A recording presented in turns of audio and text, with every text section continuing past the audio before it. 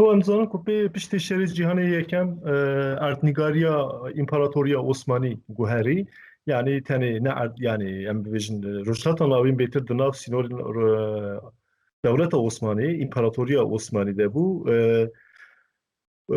piştî şer li wir dewletên li bêtir em bêjin erdnîgariya Ereban dewletên Ereb yên dibin banê İngiliz û Fransızan de hatin damezranin bêtir yên İngilizan. İngiliz û Fransız em bêjin heya nêzî pêncî salî ji li wir hikm kirin, bi fiîlî hikm kirin. Başê jî bilfiil dîsa em bêjin heya roja îro jî hêj jî bandora wan hêzan li ser wê erdnîgariyê heye. Dema Kemalist yani Mustafa Kemal derbasi Kurdistanê bû ku em dizanin li Erzurumê hareketa xwe da dest pê kirin. Ewa wî jî sedem jî ev bû ku li wir wî em bibêjin hin axayên Kurdiyên ku bikarbû bikiriya dinasî û him jî hin şêxên Naqşîbendî wek Şêxê Norşînê û Şêxên Kufra dinasî.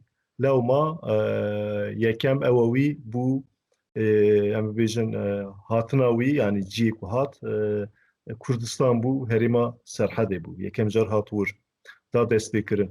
Başê ku em dizanin çiqa di dîroka dewleta Tirk de basî dikin divê me heft duwelan ra şer kiriye nexêr. Yani heft duwelan ra dewleta Tirk yani dewleta Kemalîst dema Kemalîst da di deh duwelan ra şer nekirin.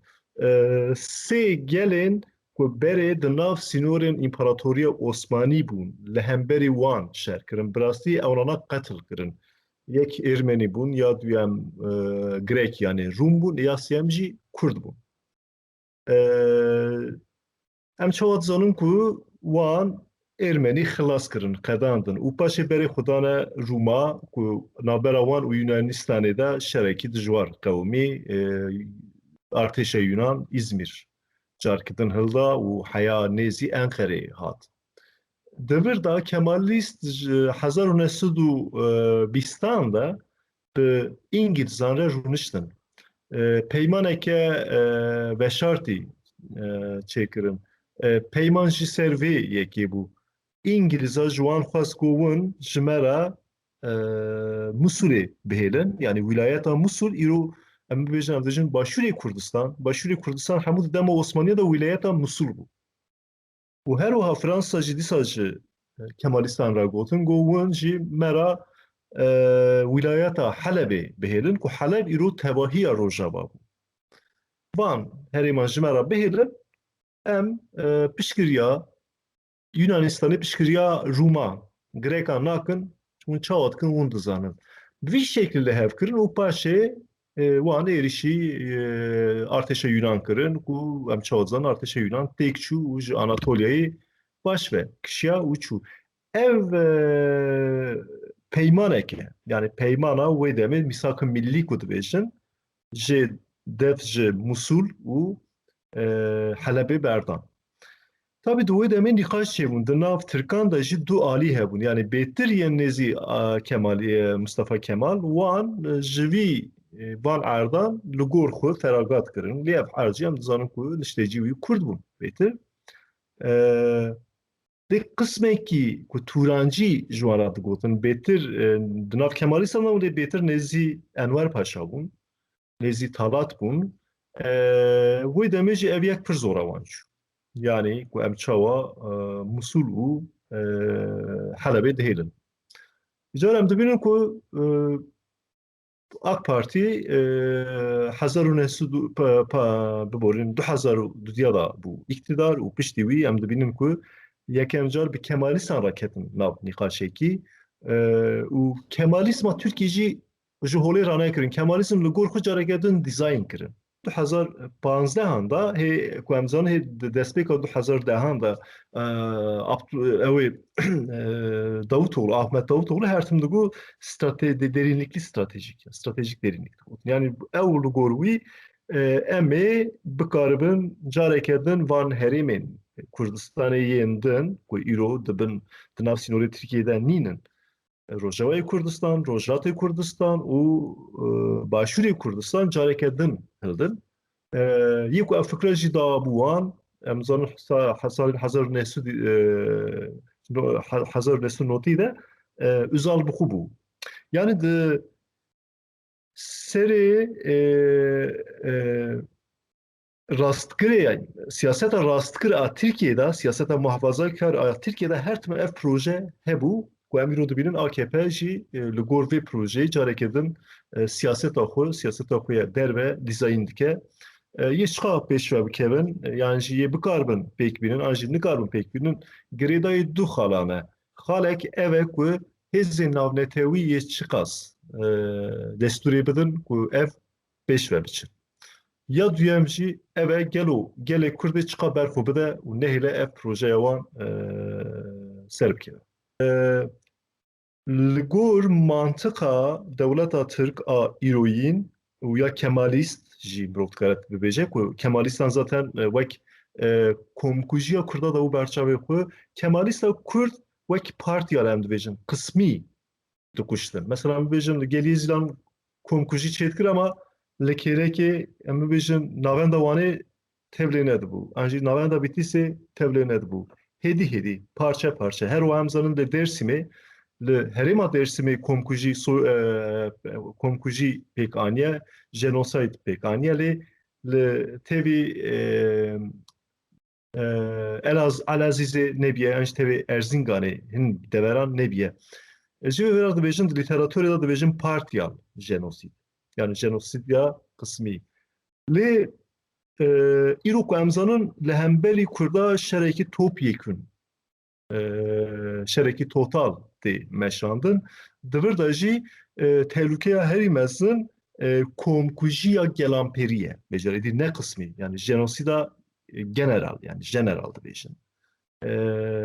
Ev tehlûke heye û helbet em bibêjin piştî salên 1940 şûn de piştî şerê cîhanê duyem şûn da êdî rengê jenosîdê jî guherî. Mesela heya 1940 mirov dikare bû girseyên pir mezin ya mirov bibêjim dewletên sereke dikare bûn wek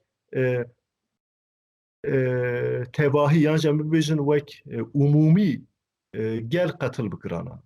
Em çawa zanin ku jenosîda Holokosta cîhûyan jî bi wî şeklî bi milyonan însan di kampên mirinê de kuştin.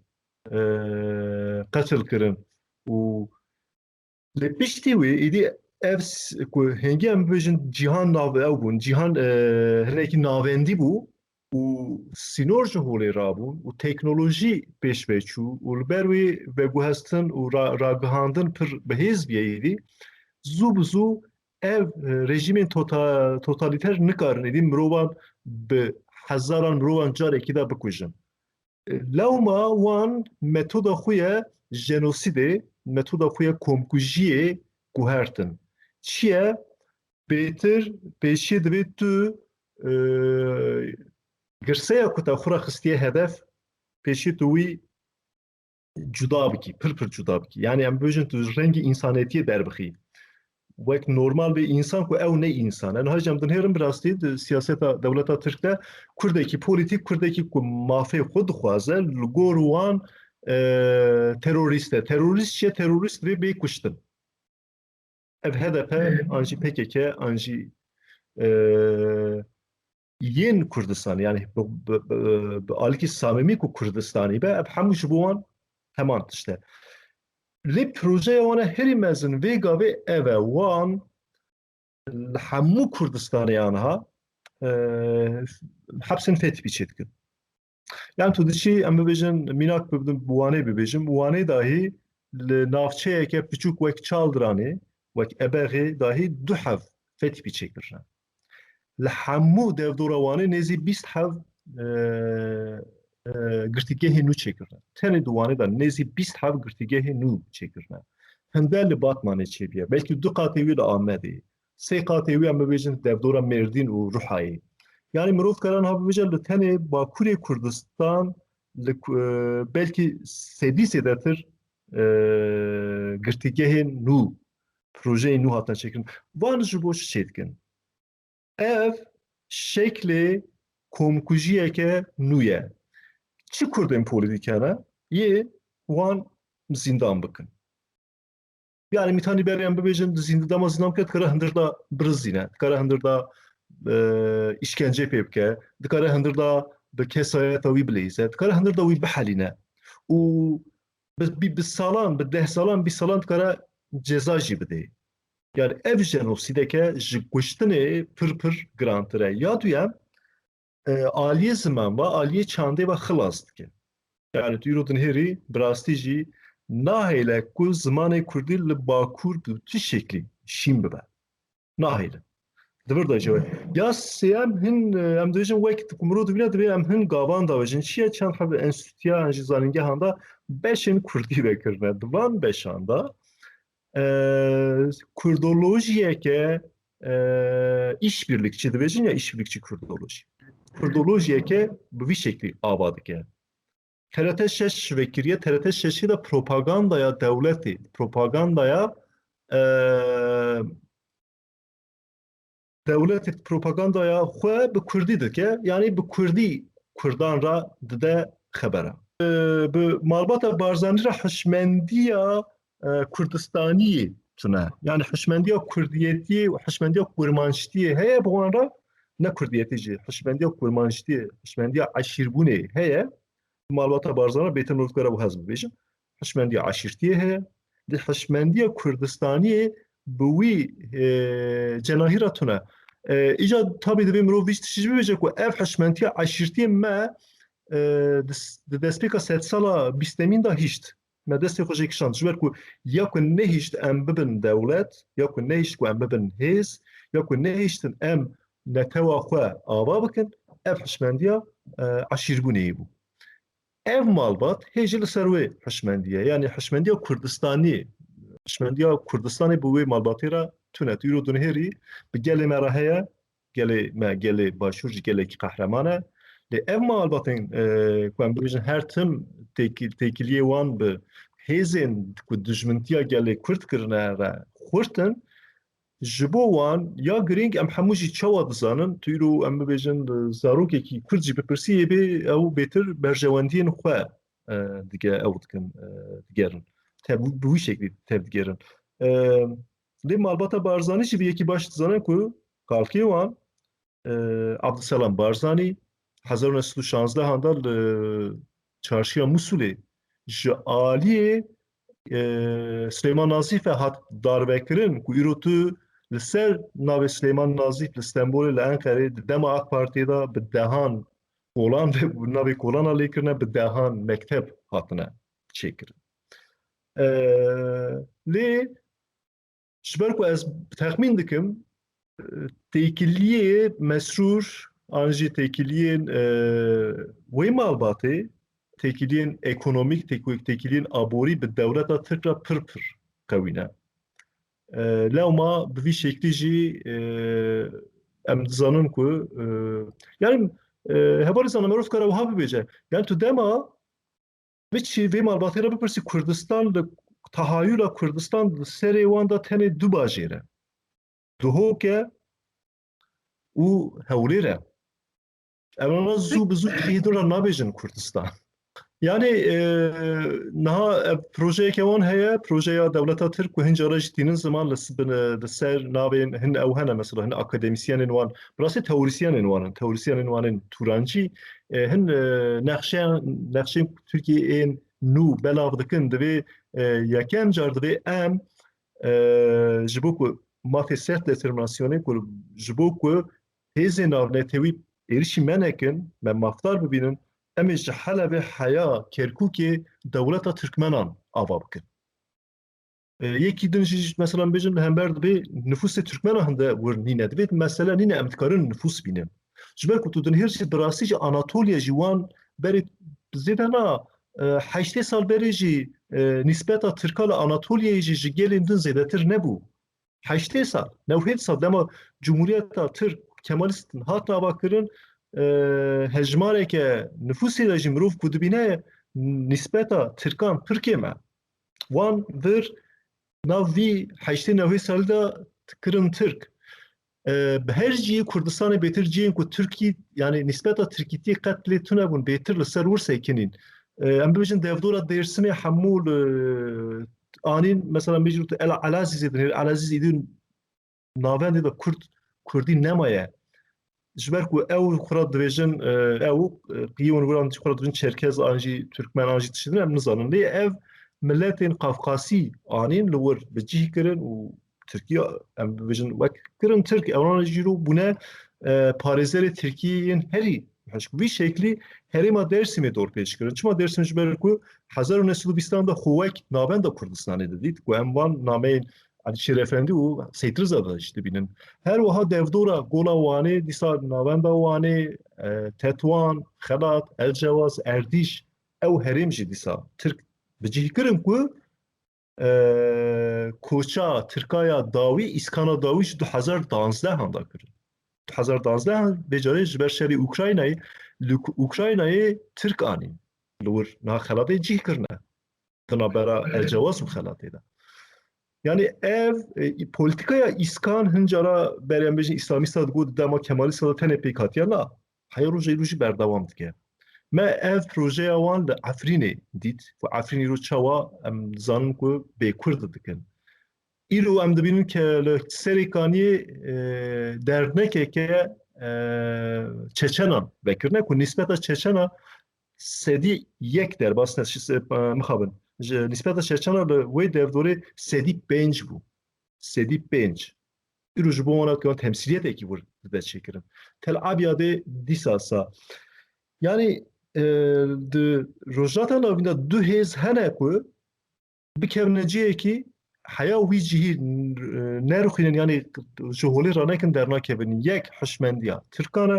یا دیمش حشمندیا سلفیانه اف هر هیچ کتنا کو او در روخاندنه خلاص کرنه بیمروف کرنه باشه در کتنا یعنی گوهرتنه چند گوهرتنه زمان گوهرتنه سوسیو پولیتیکاوی گوهرتنه به وی شکلی یعنی از ام فرقی دانم کو گلی başur divê ferqê dane vê yekê baş dizane û bêtir rewşenbîrên başûr jî vê yekê baş dizane dîroknasên wan jî vê yekê baş dizane ku Türk bikevin kêlerê li wir li gor xwe digeherînin ku dijminên Kurdan e yani çima ji ber ku hebûna xwe li ser tinebûna Kurdan ava kirin ev projeya wan e teqese Kurdekî maqûl ji bo wan tune Kurdê herî maqûl ku bikar be wî Kurdî bikar bîne dema wî xilas bibe wî bavêje çopê bavêje nava zibil em dibînin Diroka Kurda Hacı Musa Begi xoytî bi kararîne avîtina wek ew em dibêjin wek serekên eşîran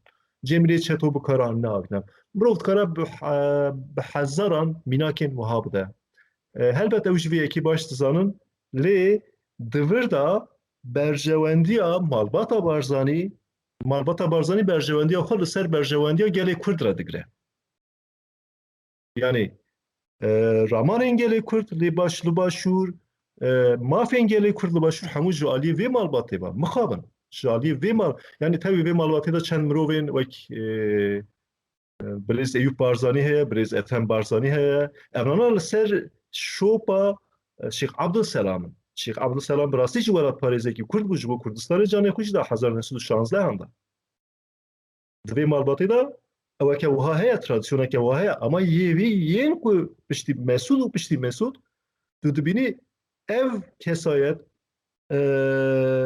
berjewendiyên xwe yên şexsî li ser berjewendiyên Kurdistanê digirin. Herî me pira divê em dikarin herin her cihê cîhanê jiyan bikin pekî gelê Kurdê çabe. Mirov dikare vî tiştî bibêje mirov bibêje Kurdistan ji mala Barzanî mezintir. Di vî alî da mirov dikare bibêje ku ev mirov tiştekî wiha ku bibêje ev tiştekî ne baş e yani ez ê bibêjim haya wana qet ji dîroka Kurtine yani divê sed salê da divê merhelê de ez bawerim her Kurdek jî zêde û kêm haya wî dîroka Kurdistanê heye eva vê yekî bi zanebûn dibêjin yani tenê mirov dikare vî bibêje ji pedekîrayê ku evên pedekî ku de rayedarên pedekî ku vî şeklî dibêjin yani em jî dizanin ku Abdulselam Barzanî dema waliyê Nusrê êrişî wî dikir stargeha wî Colemêrg bû heya wanê bû dihat wir Kurdistan yek parça ye yani sînor me danê niye û her wiha dema Îranê êrişî Mele Mustefa kir Mele Mustefa 1945 da derbasî Mehabadê bû شور بار قاضی محمد به مالباتی چون 3000 پیشمرگه چون لور دما دولت ایران ارشیوان کرد کتن هندره باکور هیچی تو بندی روز بچن هریم وانه هریم آگریجی بگرن هیچی هن عشیر هنه قدام باس ولد پاريزيا خود كنت بدما ملا مصطفى ورا درباس بچو بر سوفيت تام مجرى حسب ديتن ما خويكر ما خودی کرده دیسا از قط باس ویناکم 1992 یکان برچاوی جهان تلویزیون آدم مدید کو ستارگه ها کردن باکور تباهی پیشمرگیان جبر صدام رویان هاتن مهم باشور درباسی باکور بود yani mafeti Kurdistan ku Kurdistan iro sinonati xanav Kurdistan. Kurdistan arde hamu Kurdane. Welati hamu Kurdane. Dwi mirovi yeki şerm ke. Iro ku li çiyayê Şengal ji hamu deverên Kurdistana Bakur şehîd hene. Mirov çeş ew ê şehîdgehê mirov dibîne.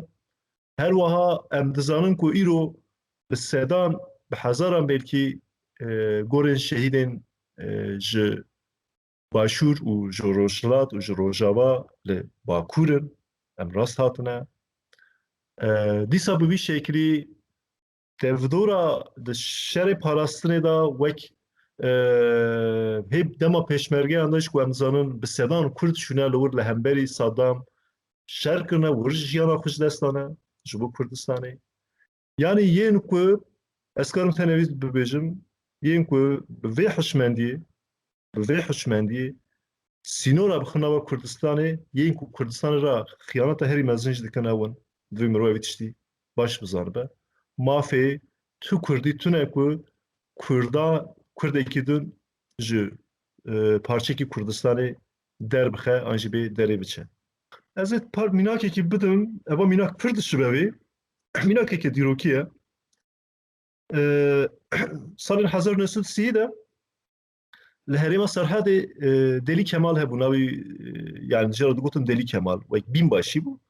Peyê serhildêrên Kurd yên Agiriyê digeriya. Yên ku ji şerê Agiriyê filitîne li devdora Mûşê tev digerin, xwe nadin dest yani ber xwe didin. Delî Kemal bi mifrezeya xwe peywan digere. Diçe gundekî Qereyaziyê, navê gund Qrimxaya. Diçe li wir çawatkê gundî kes naaxivin. Navên serhildêran nadin, ciyê wan nabêjin. Lema 27 gundî pala wan dide ew ê, pala wan dide dîwar. Divê ez ê we gulebaran bikim. Tabii dibêje leşker ji divê dîqat yani baldar bine onê ateş bikin. Li wir mixtarê gund navê wî Cezo ye. Cezo direve divê deqekî ez dikarim gundiya ra tişek bibêjim. Ew jî divê serleşkerê Tirk ji divê fermo bibêje. Diçe divê gelî millet hinekî nêzî hev bin heyfa guleyên dewleta me. Yên ku îro li hemberî gerîla şer dikin yani alîkariya dewleta Tirk dikin ev nana wê hişmendiya Muxtar Cezo ne ku heya roja îro jî ev sosyeta Muxtar Cezo hê jî li Kurdistana Bakur tê gotin divê mirov ji dîroka xwe fedî bike divê mirov ji gelê xwe ji êşên xwe fedî bike divê mirov ku îro mirov din hêre li tevahiya ku her çar parçeyê Kurdistanê gundê û çiyayê ku Kurdan xwîna xwe nerêtiye tuneye divê mirov ji vê xwînê fedî bike. Bi rastî ez wek dîroknas dikarim evî tiştî bibêjim. Du yani di dîroka Kurd de du derfetên pir mezin ketin destê vî gelî. Yek dema Selahattin de bû. Na em Selahattin ew bîj dema dirê em nekî cuda dinirxînin lê Selahattin ne tenê aliyê olî ve cîhana olî parast. Selahattin her wiha gelên rojhilat Rojava li hemberî gelê li hemberî dewletên Ewropayî yên Xristiyan parast. Ji ber ku ew ji Xristiyanê bêtir dijberiyeke wan li hemberî gelên rojhilatî jî hebû. Selahattin wek Kurdekî derket wek pêşengekî Kurd gelên yani çanda rojhilat parast. Ku Selahattin nebiya belkî em bibêjî belkî çanda rojhilatî nemabû. Xilas dibû belkî. Belkî îro çanda Erebat nebû, çanda Kurdat nebû, çanda Tirkat nebû, çanda Faris hat nebû. Mirov وی شاوی هنکی کلی بن هره سلاطین ایوبی افتشکر و کرد یکم جار حیا مصری چون بخوجی روزنیستا خوجی دنیا دبی کرد پر حج کردستانی بکن ev karakteri me Kurdane em zû zû çiyayê xwe bernadin naçin bi xwe dibêjin lewma divê belê ser leşkerê me hemû Kurd bûn ama leşkerê min ji gelê din bûn em heliyan ya duyem em dibînin ku di hemû cîhanê yekem car em bêhtir nêzî yekîtiyê bûn yani yekîtiya navxweyî me çêkir tam ji me şênekirî ama em pir pir nêzmendî hişmendiyeke Kurdistanê heye îro li serê hemû Kurdan da û her wiha îro jî pêşengekî wek Serok Vepo heye Birêz Öcalan heye ev pêşengtiyê bêgumaniyê me bibe serfiraziyê jî divê hemû Kurd li pêşengtiya xwe sahab derbikevin vê berxwedanê sahab derbikevin Pêm mixabin yani heya dawiyê divê mirov erdê xwe biparêze heya dawiyê divê mirov gelê xwe biparêze heya dawiyê divê mirov xwe biparêze yani vê gavê ji gelê Kurd re bilî xweparastinê û bilî yekxurtkirina yekîtiyê û xurtkirina xwe bi xwe tu çare tune